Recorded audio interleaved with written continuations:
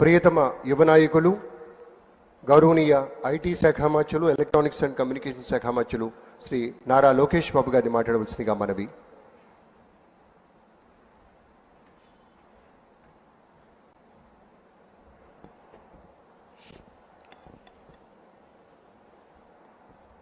ఈ వేదికపై నిలబడి మాట్లాడే అవకాశం కల్పించిన ఆంధ్ర రాష్ట్ర ప్రజలకి, గౌరవ ముఖ్యమంత్రి చంద్రబాబు నాయుడు గారికి, గౌరవ ఉప ముఖ్యమంత్రి పవన్ అన్నకి, రాజమండ్రి ఎంపీ గౌరవ పురంధేశ్వరి గారికి, ఈ సమావేశానికి విచ్చేసిన అధికారులు, ప్రజాప్రతినిధులు అందరికీ పేరు పేరున నా హృదయపూర్వక నమస్కారాలు. జూన్ 4వ తారీఖు నాడు రాష్ట్ర చరిత్రనే మార్చిన రోజు, ప్రజాస్వామ్యం గెలిచిన రోజు, బాబాసాహెబ్ డాక్టర్ బిఆర్ అంబేద్కర్ గారు రాసిన రాజ్యాంగం గొప్పతనం ఏంటో ప్రజలు చూపించిన రోజు. అందరూ కూటమి గెలిచింది, తెలుగుదేశం పార్టీ గెలిచింది, జనసేన పార్టీ గెలిచింది, లేదంటే భారతీయ జనతా పార్టీ గెలిచింది అంటున్నారు. కానీ గెలిచింది కూటమి పార్టీలు కాదు, గెలిచింది ఆంధ్ర రాష్ట్ర ప్రజలు. 94% స్ట్రైక్ రేట్ అంటే 175 స్థానాల్లో 124 స్థానాలు కూటమి కైవసం చేసుకుంది. ప్రజలు రికార్డు బద్దలు కొట్టారు, చరిత్ర తిరిగి రాశారు. ఇది ప్రజా విజయం.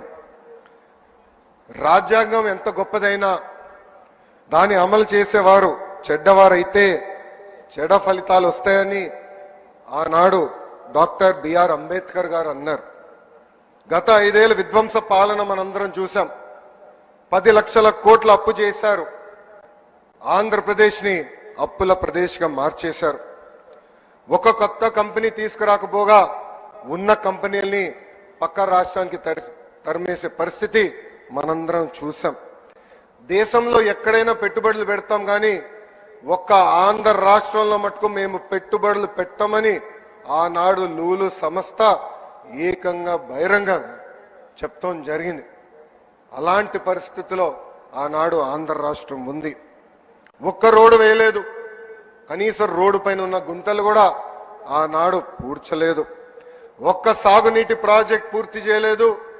వరం లాగున్న డ్రిప్ ఇరిగేషన్ ఏకంగా ఇచ్చే సబ్సిడీ కూడా రద్దు చేశారు.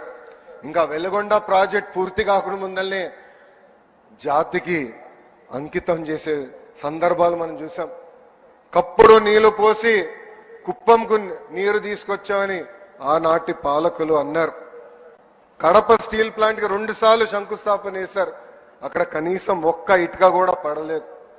ఇంకా విశాఖపట్నంలో ఒక్క వ్యక్తి బతికేదానికి 700 కోట్లతో ఒక రాయల్ ప్యాలెస్ కట్టుకున్నారు తప్ప విశాఖ ఉక్కు గురించి కానీ అదేవిధంగా రైల్వే జోన్ గురించి ఏనాడు మాట్లాడలేదు. 5 ఏళ్ళు అరాచక పాలన ప్రజలు చూశారు. ఏకంగా దళితుల్ని చంపి డోర్ డెలివరీలు చేసిన రోజులు ప్రజలు చూశారు.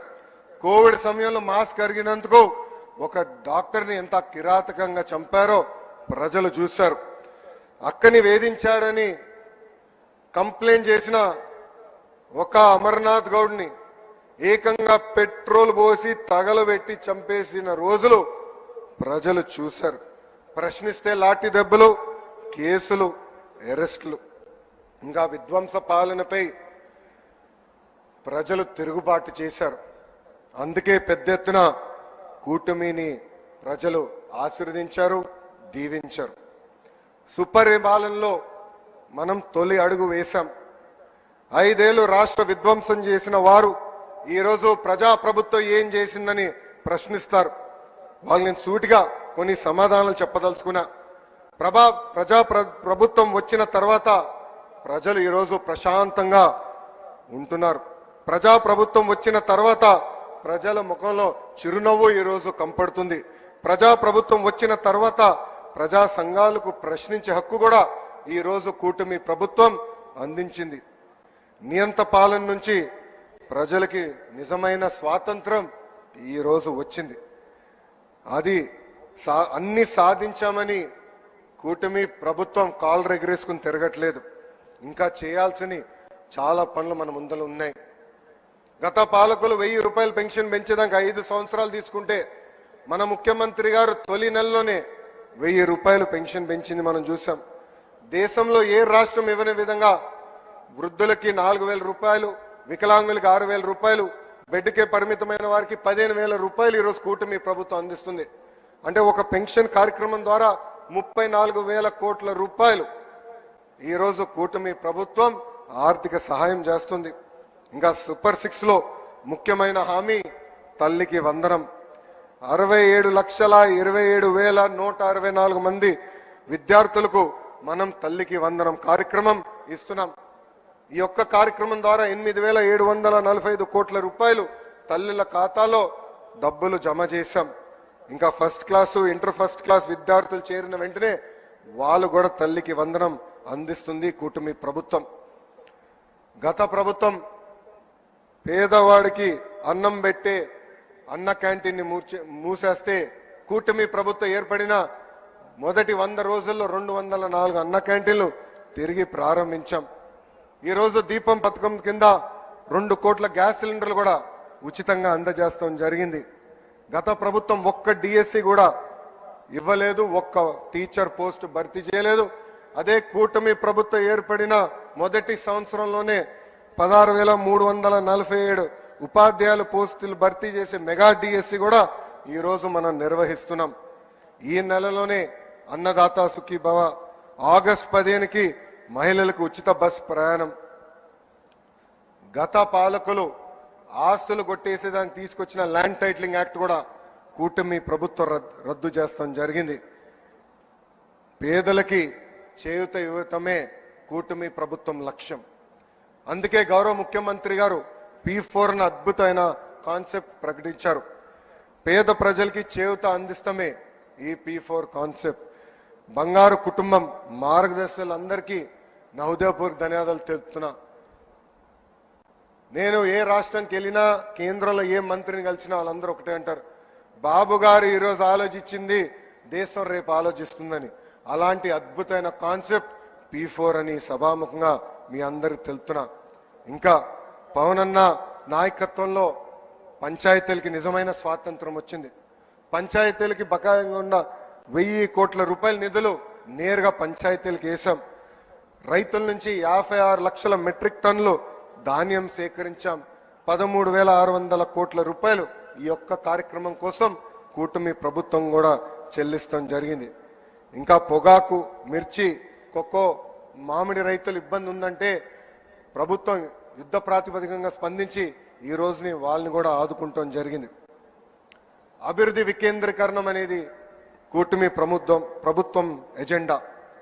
కేవలం ఒక ఏడాదిలోనే 9.5 లక్షల కోట్ల పెట్టుబడి, వాటి ద్వారా 8 లక్షల మందికి ఉద్యోగాల కల్పన కోసం ఒప్పందాలు కుదిరించుకున్నాం. రాయలసీమను ఒక automotive, electronics, horticulture, renewable energy hub గా కూటమి ప్రభుత్వం తీర్చిదిద్దుతుంది. ఏకంగా LG ఎలక్ట్రానిక్స్, రెన్యూ లాంటి సంస్థల్ని రాయలసీమకి ఈ మొదటి సంవత్సరంలో మేము తీసుకొచ్చాం. ఇంకా ప్రకాశం జిల్లాలో రిలయన్స్ CBG ప్లాంట్లు ఏర్పాటు చేస్తున్నాం. ఉభయ గోదావరి జిల్లాలో ఆక్వాని పెద్ద ఎత్తున ప్రోత్సహిస్తున్నాం. ఉత్తరాంధ్రలో ప్రత్యేకంగా IT, ఫార్మా, మెడికల్ ఎక్విప్మెంట్ తయారీ హబ్ గా మార్చేందుకు ప్రభుత్వం అన్ని అడుగులు వేస్తుంది. ఏకంగా ఆర్సిలర్ మిత్తల్ ప్రాజెక్ట్, ఒక TCS, ఒక కాగ్నిసెంట్ కూడా ఉత్తరాంధ్రకి ఈరోజు కూటమి ప్రభుత్వం తీసుకొచ్చింది. మన ప్రభుత్వం డబుల్ ఇంజిన్ సర్కార్. మన నమో రాష్ట్రం కోరిన అన్ని కోరికలు ఈరోజు తీరుస్తున్నారు. అమరావతి పనులు ఈరోజు డబుల్ స్పీడ్ లో పట్టాలు ఎక్కించాం. పోలవరంకి ఏకంగా 12,000 కోట్ల రూపాయలు కేటాయించారు.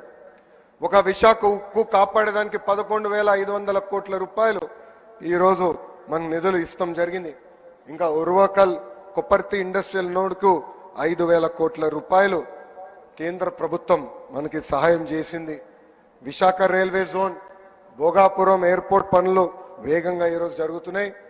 ఇంకా కర్నూలు హైకోర్టు బెంచ్ ఏర్పాటు కోసం కూడా కేంద్ర ప్రభుత్వం సహకరిస్తుంది. ఇది ఈ డబుల్ ఇంజిన్ సర్కార్ వారినే సాధ్యమని దయచేసి ఇక్కడున్న మనందరం గమనించాలని కోరుతున్నాం. నేను విద్యాశాఖ మంత్రిని. నా శాఖలో తీసుకువచ్చిన అనేక సంస్కరణల గురించి కూడా ఒక నిమిషం మీ అందరికి చెప్పదలుచుకున్నా. రాజకీయాలకు అతీతంగా విద్యా వ్యవస్థ ఉండాలని బలంగా నమ్మే ప్రభుత్వం ఈ కుటుంబీ ప్రభుత్వం. గతం పాలనలో ఫోటోలు, రంగుల పిచ్చిలు మనందరం చూసాం. పుస్తకాల పైన, బ్యాగుల పైన, బెల్ట్ల పైన, చివరిగా కోడిగుడ్డు పైన కూడా ఫోటోలు పెట్టే పరిస్థితి. ఏకంగా ఫీ రీంబర్స్మెంట్ నుంచి చిక్కి వరకు 6,500 కోట్ల రూపాయల బకాయిలు మన నెత్తిపైన పెట్టి వాళ్ళు పోయారు. ఇంకా మధ్యాహ్నం భోజనం కూడా ఆనాడు బకాయిలు పెడితే కూటమి ప్రభుత్వం అధికారంలోకి వచ్చిన తర్వాత నాదెండ్ల మనోహర్ గారు నేను కలిసి మధ్యాహ్న భోజనంలో ఈరోజు సన్న బియ్యం కూడా కూటమి ప్రభుత్వం అందజేస్తుంది. స్కూల్ కిట్ కి ఏకంగా డాక్టర్ సర్వేపల్లి రాధాకృష్ణ గారి పేరుతో అందిస్తాం కూడా జరుగుతుంది. మారుతున్న కాలానికి తగ్గట్టుగా కేజీ నుంచి పీజీ వరకు కరికులం కూడా మేము మార్చుతున్నాం. బ్యాగ్ బరువు తగ్గించేదానికి సెమిస్టర్ వైడ్ డివైడ్ చేసి ఏకంగా పుస్తకాలు కూడా పిల్లలకి ఈరోజు అందించాం. పుస్తకాల దగ్గర నుంచి చిక్కీల వరకు పార్టీ రంగులు లేవు. ముఖ్యమంత్రి గారు ఫోటో లేదు, విద్యాశాఖ మంత్రి గారు కూడా ఫోటో లేకుండా ఈ పిల్లలకి ఈరోజు కూటమి ప్రభుత్వం అందిస్తుంది. ఇంకా నేను విద్యాశాఖ మంత్రి అయినప్పుడు టెక్స్ట్ బుక్లు చూసా. ఇంటి పనుల ఫోటోలు ఉంటే అన్ని మగవాళ్ళు చేసే ఫోటోలే ఉన్నాయి. అది మారాలని బలంగా నమ్మి ఈ సంవత్సరం టెక్స్ట్ బుక్ లో ఇంటి పనుల ఫోటోలు సగం ఆడవాళ్ళు సగం మగవాళ్ళు చేసే పరిస్థితి ఫోటోలు కూటమి ప్రభుత్వం పుస్తకాల్లో కూడా పెడతాం జరిగింది. ఇంతేకాదు మన ప్రభుత్వం ఏడుపడి నాటికి 1 క్లాస్ 1 టీచర్ కేవలం 1200 ప్రాథమిక పాఠశాలలుంటే జియో 21 ద్వారా ఈరోజు 9,800 పాఠశాలలకి తీసుకెళ్తాం జరిగింది. ఇంకా ఆనాడు ఉపాధ్యాయులందరూ నన్ను కోరారు నా పాదయాత్రలో జియో 117 రద్దు చేయమని. ఈరోజు కూటమి ప్రభుత్వం గర్వంగా చెప్తుంది అధికారంలోకి వచ్చిన తొలి సంవత్సరంలోనే జియో 117 మేము రద్దు చేస్తాం కూడా జరిగింది. ఇంకా ప్రభుత్వ ఉద్యోగస్తులు కూడా ప్రభుత్వానికి గుండెకాయ లాంటి వారు. సిఎస్ గారి దగ్గర నుంచి గ్రామంలో పనిచేస్తున్న చిన్న ఉద్యోగం వరకు గత ఏడాది కాలం చాలా అద్భుతంగా కష్టపడ్డారు. దారి తప్పిన రాష్ట్రాన్ని సరైన దారిలో మనందరం పెడతాం జరిగింది. ముఖ్యంగా నా టీచర్లు నాకు అద్భుతంగా సహకరించి ఈరోజు భారతదేశానికి ఒక పారదర్శకంగా నిలబడే పరిస్థితికి తీసుకొచ్చారు. గత ప్రభుత్వంలో మన ఉద్యోగస్తులను ఎట్లా వేడిచ్చారో మనందరం చూసాం. ఉపాధ్యాయులను ఏకంగా లిక్కర్ షాప్ ముందల నిలబెట్టి కాపలాగా నుంచోబెట్టారు. జీతం ఎప్పుడు వస్తుందో తెలియని పరిస్థితి. అలాంటిది కూటమి ప్రభుత్వం ఏర్పడిన తొలి నెల నుంచే 1వ తారీఖు నాడే ఉద్యోగస్తుల జీతాలు కూడా మేము చెల్లిస్తున్నాం. ఏదైనా సమస్య వస్తుంటే కూర్చుని మనందరం మాట్లాడుకుంటున్నాం. సంఘాలకి ఏమైనా ఇబ్బంది ఉందంటే మన తలుపులు తెరిచి వాళ్ళని ఆహ్వానించి కూర్చుని మాట్లాడే పరిస్థితి మనందరం ఈరోజు తీసుకొచ్చాం. నేను ఇప్పటికీ 65 ప్రజా దర్బారులు చేశా. ప్రజలు ఎదుర్కొంటున్న సమస్యలు నేను నేరుగా తెలుసుకుంటున్నా. అవన్నీ నీట్గా డిపార్ట్మెంట్ వారిగా డాక్యుమెంట్ చేసి ఎప్పుడు కేబినెట్ మీటింగ్ ఉంటే ఒక 20 నిమిషాల ముందలెళ్ళి ప్రతి మంత్రి గారు కూడా నేను ఆ వివరాలు ఇస్తాం జరుగుతుంది. ఇక్కడున్న మిమ్మల్ని అందరం కూడా నేను కోరుతున్నా, ప్రజలు మన దగ్గరికి వచ్చినప్పుడు ఆప్యాయంగా పలకాలి, కూర్చోబెట్టాలి, వాళ్ళ సమస్యలు పరిష్కరించడానికి మనం ప్రయత్నించాలి. అన్ని సమస్యలు దేవుడు కూడా పరిష్కరించలేరు, కానీ మనవంతు మనం ప్రయత్నించాలని ఇక్కడున్న ప్రభుత్వ ఉద్యోగస్తులందరినీ కూడా నేను కోరుతున్నా. అంతేకాకుండా ఎమ్మెల్యేలు ఎంపీలు కూడా నేను ఒక విషయం చెప్పదలుచుకున్నా. ప్రజలు ఒక పవిత్రమైన బాధ్యతతో మనందరినీ 94% మందిని ఏకంగా గెలిపించారు. మన పైన ఒక బాధ్యత పెంచారు. మనందరం కష్టపడాలా, అహర్నిశలు అందుబాటులో ఉండాలా. మన నియోజకవర్గానికి ఒక విజనింగ్ ఎక్సర్సైజ్ ఈరోజు గౌరవ ముఖ్యమంత్రి గారు ప్రజెంట్ చేయబోతున్నారు. ఆ విజనింగ్ ఎక్సర్సైజ్ అధికారులతో కూర్చుని డెవలప్ చేసి రాబోయే రోజులు అంటే వచ్చే 4 సంవత్సరం మన నియోజకవర్గాన్ని ఎలా అభివృద్ధి చేయాలి అనే దానిపైన అందరం కూర్చుని పనిచేయాల్సిన అవసరం చాలా చాలా ఉంది. నేను అనేక కంపెనీల ఓపెనింగ్కి వెళ్ళినప్పుడు కానీ ఫౌండేషన్ స్టోన్ వేసినాక వెళ్ళినప్పుడు అక్కడున్న శాసనసభ్యులందరినీ కోరేది ఒకటే, మనందరం పోటీ పడాలి, మన నియోజకవర్గానికి పెట్టుబడులు తీసుకురావాలి. ఆ పోటీతత్వం వల్లనే మనందరం ముందరికెళ్ళొచ్చు, మన నియోజకవర్గాన్ని మనం అభివృద్ధి చేసుకోవచ్చు. మనం గతంలో చూసాం 151 స్థానాలు 11 అయింది. దానికి కారణం ఒకటే, అహంకారం. అహంకారం మనకు అవసరంలా, ప్రజలకు అందుబాటులో ఉండాలా, వాళ్ళ సమస్యలు తెలుసుకోవాలా, అహర్నిశలు పరిష్కరించే మార్గంలో మనందరం కలిసికట్టుగా నడవాలని ఈ సభాముఖంగా కోరుకుంటూ, సంవత్సరం అయింది, సుపరిపాలన తొలి అడుగు మాత్రమే, చేయాల్సిన అనేక కార్యక్రమాలు ఉన్నాయి, కలిసికట్టుగా చేద్దాం. అన్ని రంగాల్లో భారతదేశంలోనే ఆంధ్రప్రదేశ్ని నంబర్ 1 చేసే బాధ్యత ఇక్కడ కూర్చున్న మనందరి పైన ఉందని ఈ సభాముఖంగా తెలుపుకుంటూ, నాకు ఇంత అద్భుతమైన అవకాశం ఇచ్చిన గౌరవ ముఖ్యమంత్రి చంద్రబాబు నాయుడు గారికి, ఉప ముఖ్యమంత్రి పవన్ అన్నకి, బీజేపీ రాష్ట్ర అధ్యక్షురాలు పురంధేశ్వరి గారికి నా హృదయపూర్వక ధన్యవాదాలు తెలుపుకుంటూ మీ అందరి దగ్గర నుంచి సెలవు తీసుకుంటున్నా. నేను ఇప్పుడు వందే చెప్తాను, మీరు మాత్రం చెప్పాలి. వందే వందే. జై హింద్, జై హింద్. అందరికి నమస్కారం.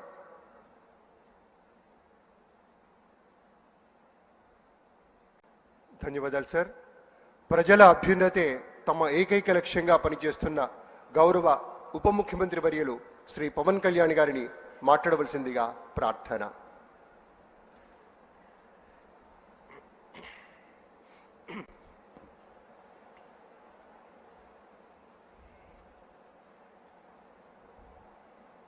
కూటమి ప్రభుత్వం అధికారంలోకి వచ్చి ఏడాది దాటుతున్నందున ఇక్కడికి ఈ కార్యక్రమానికి విచ్చేసిన గౌరవ ముఖ్యమంత్రి శ్రీ నారా చంద్రబాబు నాయుడు గారికి, గౌరవ మానవ వనరుల అభివృద్ధి, information technology, electronics and communication, real time governance శాఖ మాత్యులు శ్రీ నారా లోకేష్ గారికి,